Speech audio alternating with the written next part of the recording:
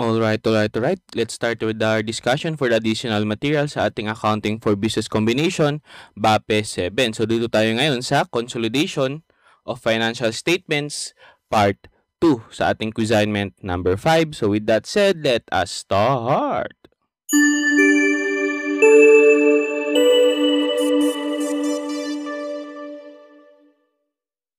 So, ganito. So, unang question, zoom natin. Yeah. So, multiple choice theory. So, yun.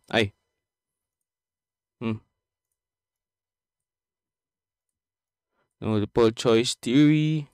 So, Perez Incorporated owns 80% of Senior Incorporated. So, okay. Si Perez ang parent, si Senior ang subsidiary. So, during 1992, Perez sold goods with a 40% gross profit to Senior. So, downstream. Yeah? Kasi, consolidation part 2, ang topic natin is intercompany transactions, di ba? So, ito, downstream sale. With that said, Senior sold all of these particular goods in 1992. So, for 1992, consolidated financial statements, how should the summation of Perez and Senior income statements items be adjusted? So, in this case, the sales and the cost of goods sold should be reduced by the intercompany sale. Bakit? Kasi ilang beses natin ito sinabi sa lecture video, di ba? Pagdating sa separate FS nila, that is just a normal transaction. But when you go into the consolidated financial statements, the point of view is there are isang entity na lang sila.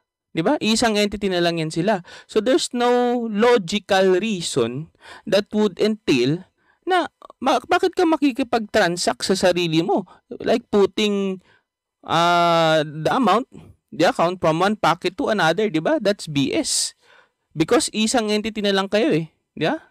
So, yung sales and cost of goods, nagbenta ka sarili mo, di ba? Kalokohan yun. Sa mata ng consolidation. Kasi nga, isang entity na lang kayo. So, ilang beses naman natin yan na-mention sa lecture video, no? Nagano tayo dyan. Yan talaga yung punto natin pagdating sa intercompany transactions.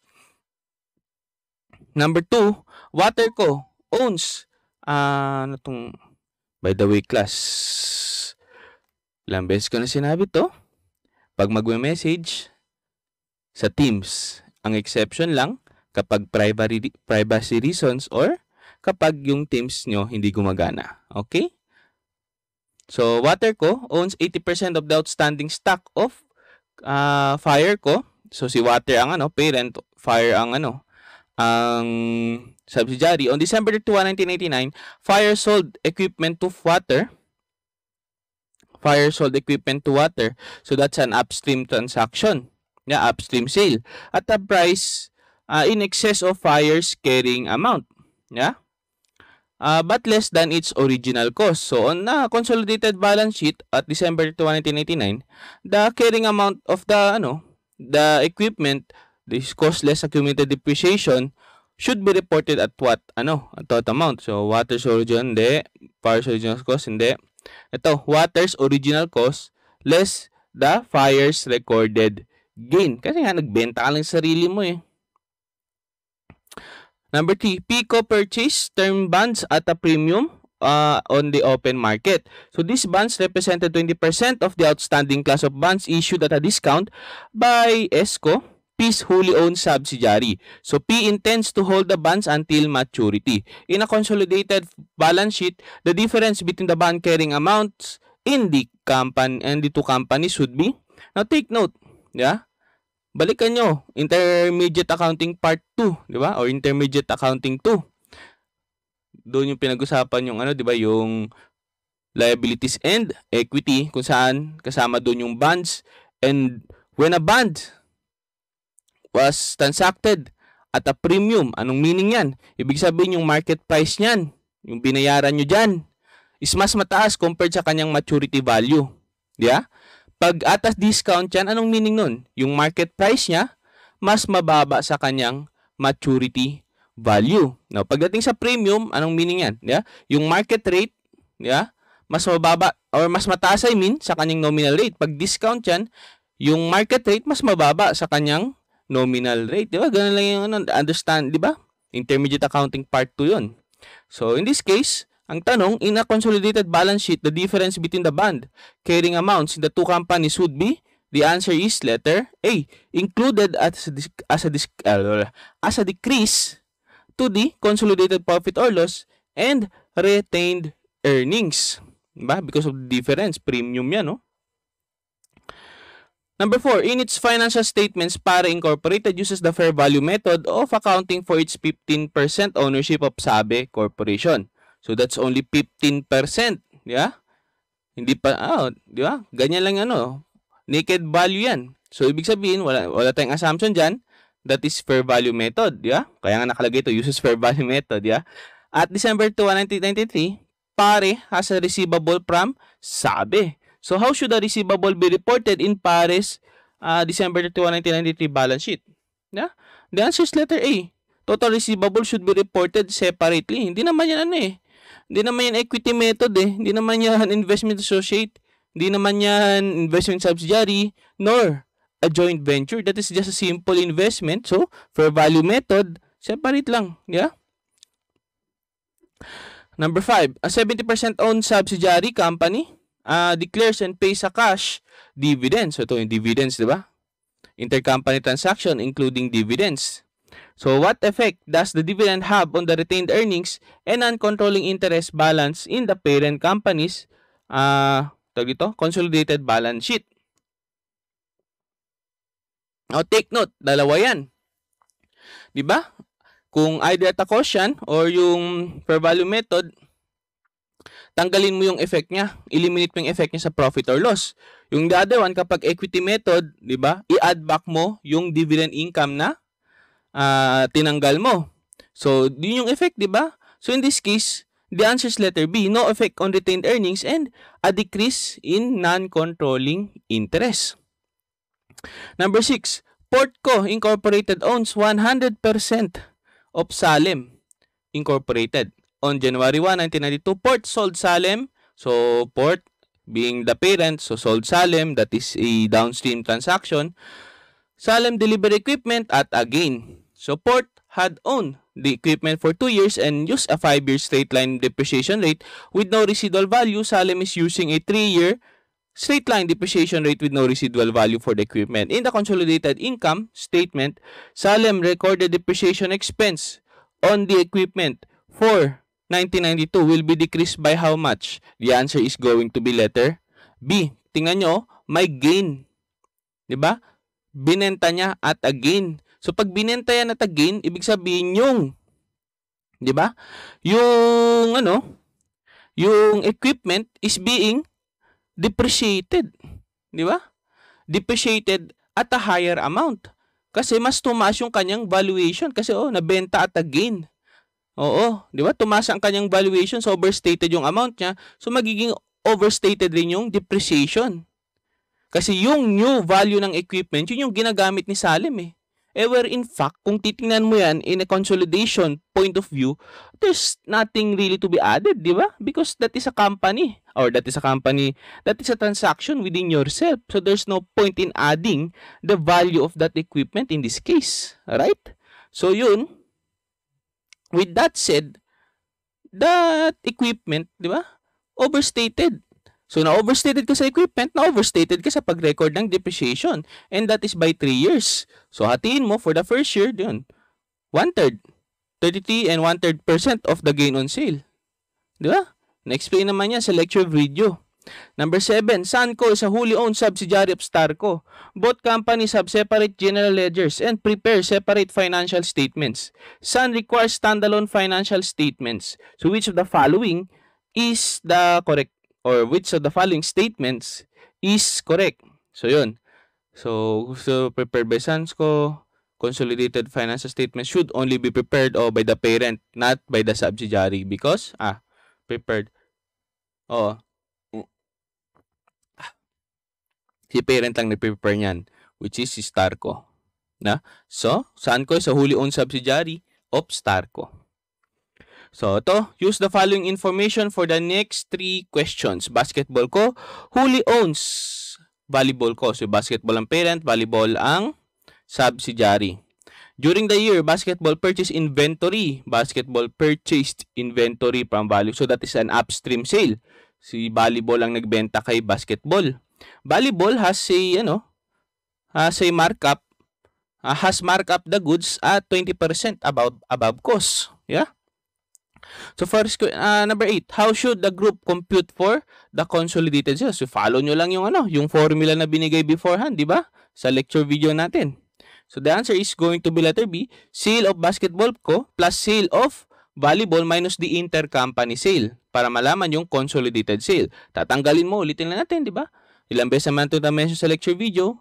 Intercompany sales in the point of view of consolidation is BS because, nagkakipag-transact ka sa sarili mo from one pocket to another, di ba? So, tanggalin yan.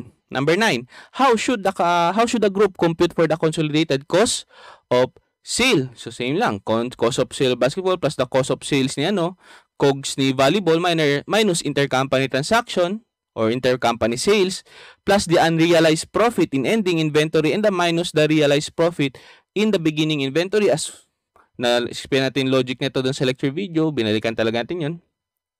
And how should the group compute for the consolidated ending inventory? The answer is letter A. Ending inventory ni basketball plus ending inventory ni volleyball minus the unrealized profit in the ending inventory. So let's go to the problems.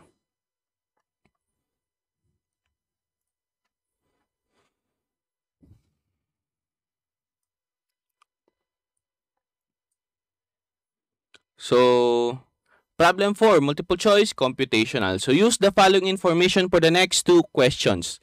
So, select the information or selected information from the separate and consolidated balance sheets and income statement of Pare Incorporated and its subsidiary, si Shell Co. So, as of December 31, 1994, for the year ended is as follows. Then, ended is as follows. So, ito, Pare, ito, si Shell, ito, diba? Accounts receivable, inventory, revenue, cost of goods, gross profit. Na ito, consolidated na to. Ibig sabihin na ayos na. Diba? Consolidated na yan. Tama na. So, given. So, since given ng consolidated, anong papahanap sa atin dito? Malalaman natin sa problem. Sa question, during na additional information, during 1994, Pare sold goods to Shell at the same markup cost or markup on cost that Pare uses for all its sales. So, yun. So, what was the amount of the intercompany sales from Pare to Shell during 1994? So, di ba? Meron tayong formula for the consolidated sale kung saan kasama dun si intercompany sales. So, yun. Squeeze mo lang. Sale ni parent, sale ni subsidiary, di ba? 400 to 80. Consolidated sales natin is 616. So, meaning yan, in this, meron silang intercompany sale between Pare and Shell in the amount of 64,000. Squeeze me, baby. That is letter D. Number 2. In the consolidation worksheet,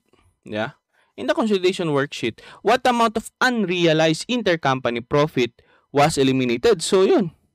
Isipin mo, anong formula kung saan kasama yung unrealized intercompany profit, di ba?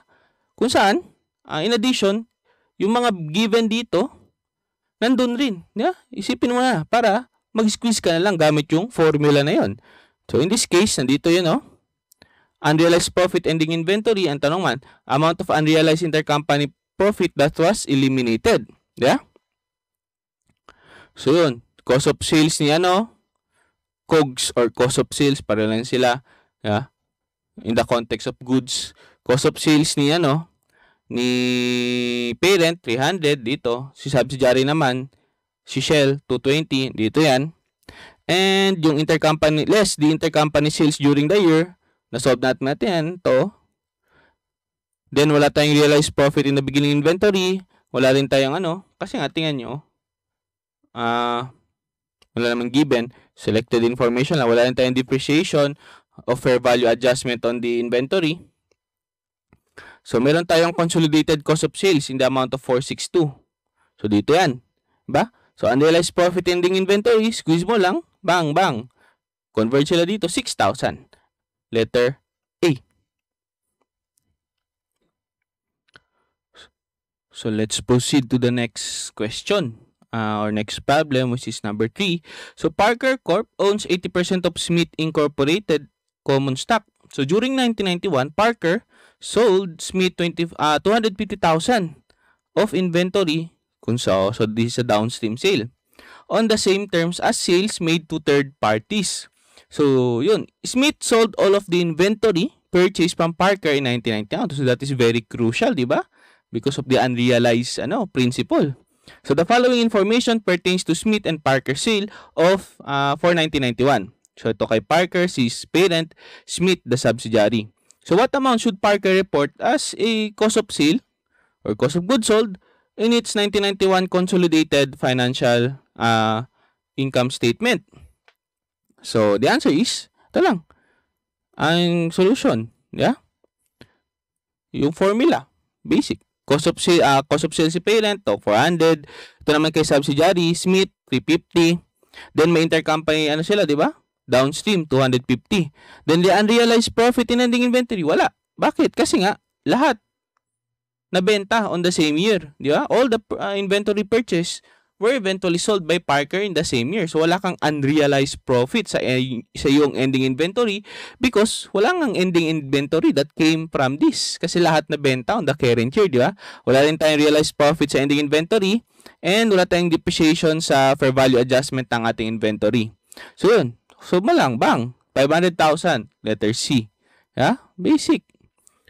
Ito, number 4. Selected data for the two subsidiaries of Dune Corporation taken from December 31, 1988, pre-closing trial balances are as follows. So, ito, si Dune yung parent, si Banks and si Lam, yan yung kanyang subsidiaries.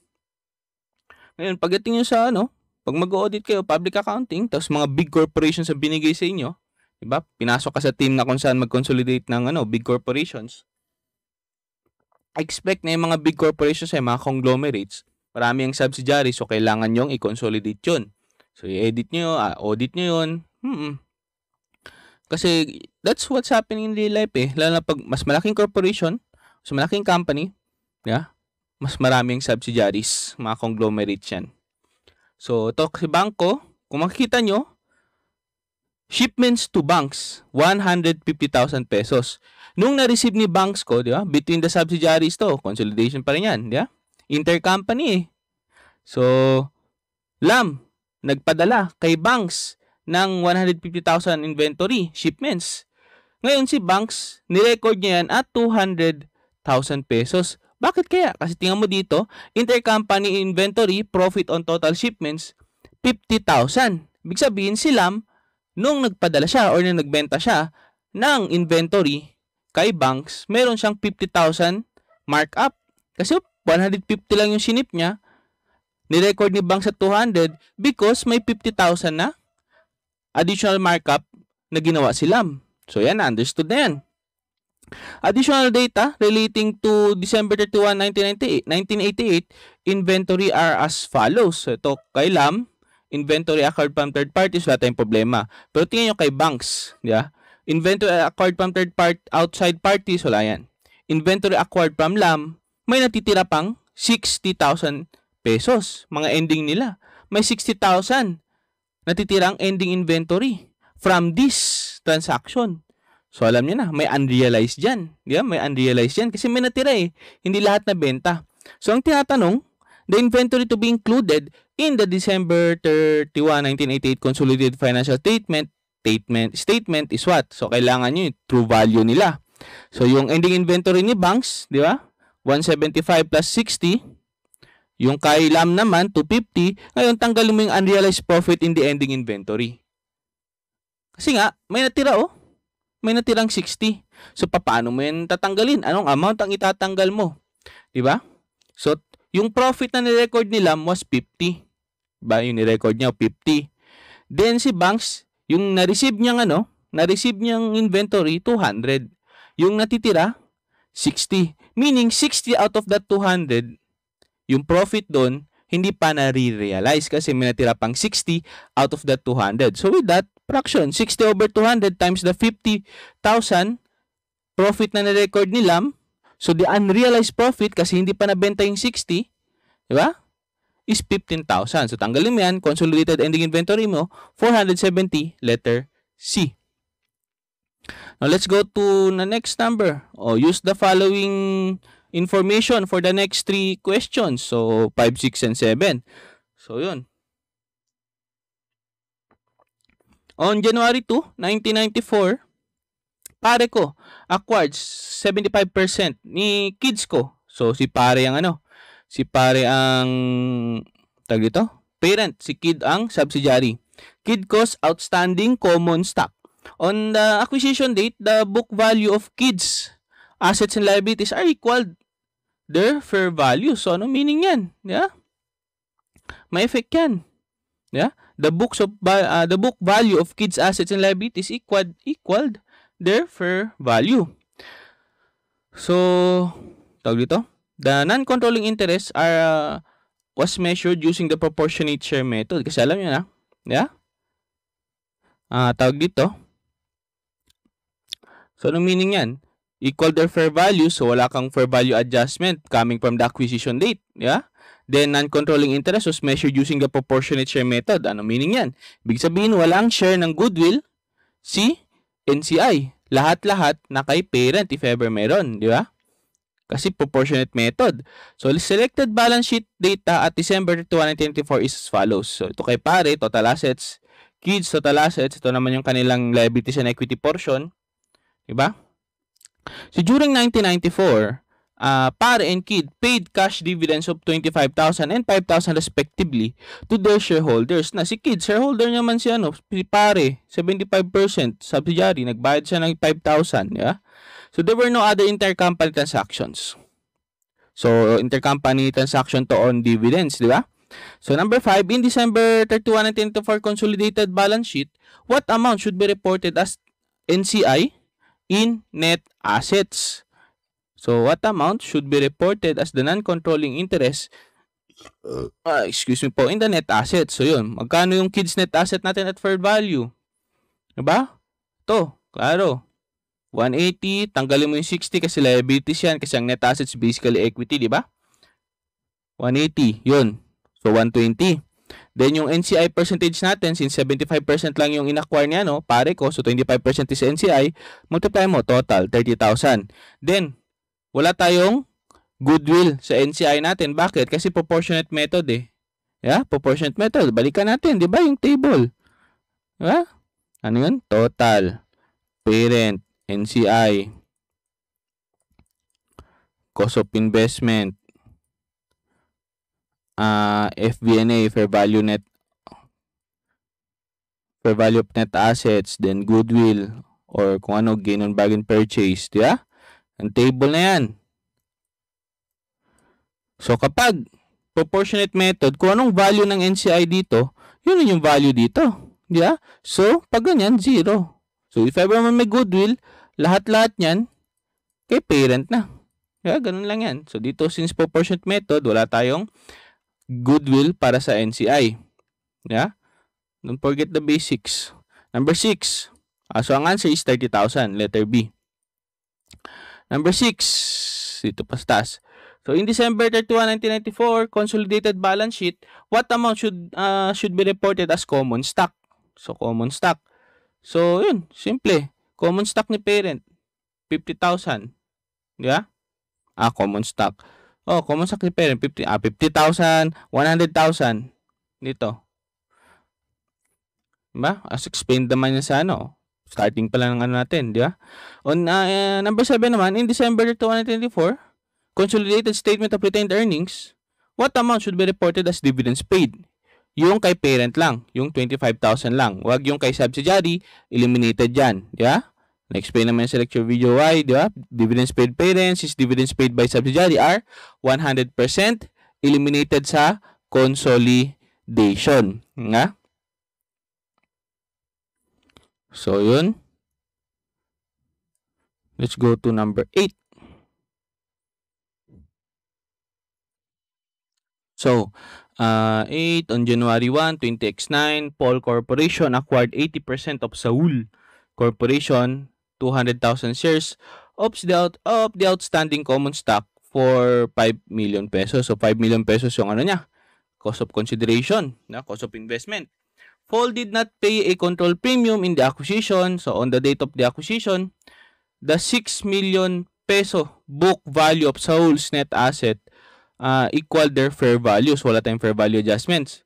The non-controlling interest naman, however, on the other hand, was measured at fair value. So, yun.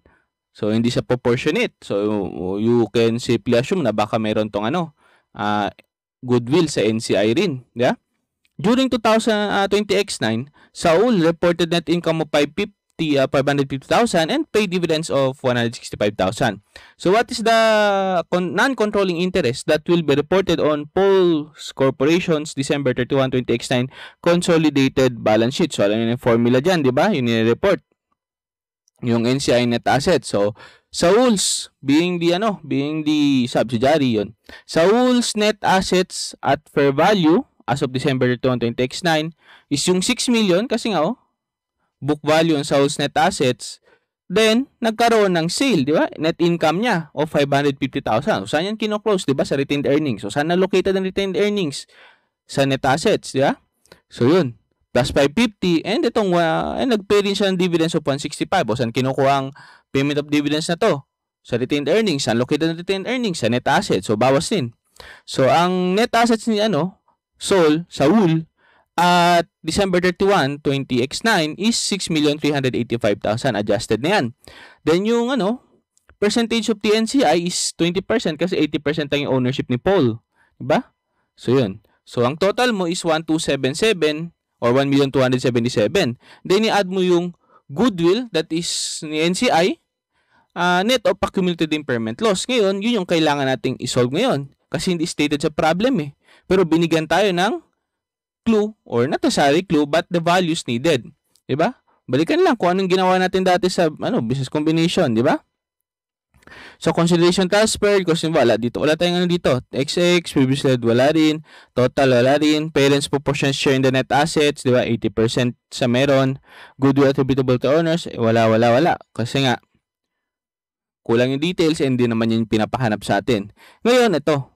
What is the fair value of the NCI? Yeah? Ngayon, tingnan mo. 5 million yung consideration. Yeah? 5 million. For 80%. For 80% ownership. So, yun. Ibig sabihin, yung 5 million yan is only for 80%. So, gross up mo. So, 5 million, gross up mo to 80%. Ilan yan?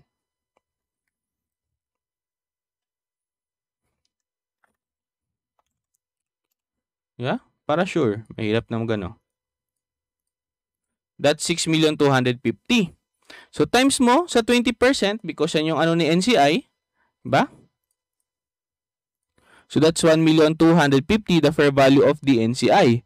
Ngayon, the NCI's proportionate share in the net assets to the subsidiary is, diba? At the start, diba? 6 million man times 20%. So, 1,200,000. So, yung goodwill attributable to the NCI as of the acquisition date is 50,000. Then, wala mang impairment. So, yung goodwill attributable to the NCI at the current year is 50,000. So, yun, add mo na lang. 1,277,000 plus 50,000. Yung non-controlling interest mo in the net asset as of the end of the year is 1,327,000. So, kung gawin natin yung di ba? Yung table natin. So, total, parent, NCI. So, alam nyo na dito, cost of consideration, FBNA, then goodwill. So, yun. Yeah. Yan. Table. So, ang cost of consideration natin is, yung binayad ni is 5 million, di ba? 5 million. Then, yung FBNA natin, yung total as of the acquisition date is 6 million. Yeah? So, since 80% to, 20% si NCI, so what is the 20% ni 6 million or 80% is 6 million, di ba? 0.8. Oy, bakit minus ginawa ko? 6 times 0.8. That's 4.8, di ba? So, yung remaining, 1.2.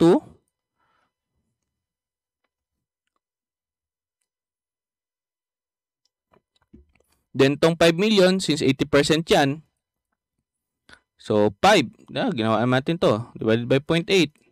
That's 6.25. Diba? O 6.25 minus 5. That's 1.25. Oh, NCI 1.25 minus 1.2. That's 0.05 or 50k. Diba? O yan. Then walang impairment. Okay, yan yung goodwill attributable to the NCI. Yeah. Oh, using the table, ganyan. Let's go to number 9. So, Clarkco had the following transactions with affiliated parties during 1992. So, sales of 60,000 to Dean Incorporated with 20,000 gross profit. However, Dean had 15,000 inventory on hand at the end of the year. Pero, Clark owns only 15% of interest kay Dean and does not exert significant influence. So, that's just a simple, di ba? Simple investment, fair value method. It does not even qualify as a investment in associate. So going to the second bullet point, purchases of raw materials totaling 240,000 from Kent Corp, wholly owned subsidiary. So this is wholly owned subsidiary. So this is intercompany transaction under the purview of the consolidated financial statements. So and also this is an upstream kasi purchase of raw materials totaling 240k from Kentco, Clarkco being the parent. Now, Kent's gross profit on the sale was 48,000 pesos. Now, at the end of the year, out of that 240,000, 60,000 na lang ang natira of this inventory remaining. So, alam niyo ang gagawin dyan, di ba? 60 over 240 to look for the unrealized profit. Diba? Before eliminating entries, Clark had consolidated current assets of 320,000. So what amount should Clark report in its December 31, 1992 consolidated balance sheet for current assets? So yun. So your total consolidated current assets before the elimination is 220,000. Ngayon yung unrealized profit mo on the purchases, di ba? Yung 48k, yung 60 diyan, di ba? Yung 60 out of 240 hindi pa nabenta, so unrealized pa lang yun. Di ba? So, 48k times 60 over 240, 12k yung unrealized. So, consolidated current assets mo is 308, letter C. Now, going to the last number, Wagner. Number 10, Wagner or Wagner, German. A holder of a 1 million peso Palmer Incorporated bond. So, bond to.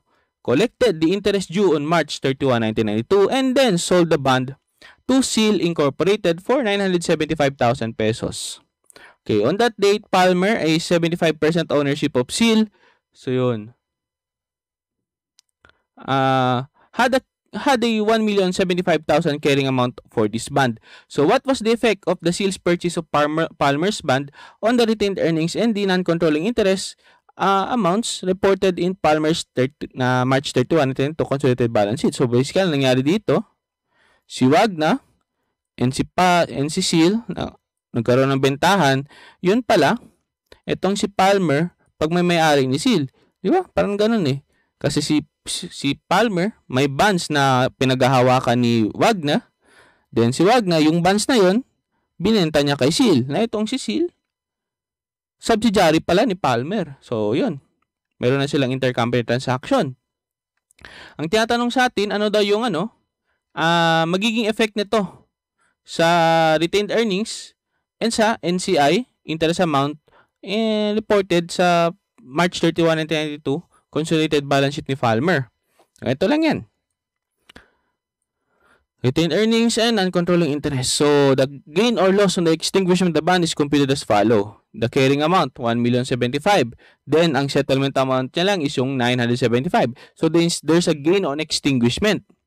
Now, the gain pertains to the owner of the parent only because the issuer of the bond is the parent. Therefore, the transaction does not affect the NCI. So, sir, explain lang bakit nagkaroon ng gain on extinguishment. Bakit? Kasi tingnan mo. Diba? Diba? Si Palmer, may bond na pinanghahawakan ni Wagner, third party. Si Wagner naman, binenta niya yung bond kay Seal. Now, si Seal, diba? Sabi natin, ulit naman ito kanina, subsidiary ni Palmer. So, kapag nagbumuka ng consolidation, basically, nangyari, ganito lang. Parang walang bond. Wala nang bond. Kasi magkakautang ka sarili mo, isang entity ang tingin sa inyo under consolidation. So, nagkaroon ng extinguishment. Kasi, in the eyes of the consolidation, you are simply a single entity. And being a single entity, having a liability against yourself is BS. Right? So, kaya, under the purview of the consolidation, there's no bond. Wala nang bond. So, the moment na na-eliminate ng bond na yan, okay. Anong gain or loss meron ka? 100,000. So, yun, 100K. Increase sa retained earnings mo kasi gain yan. Ngayon, may effect ba sa NCI?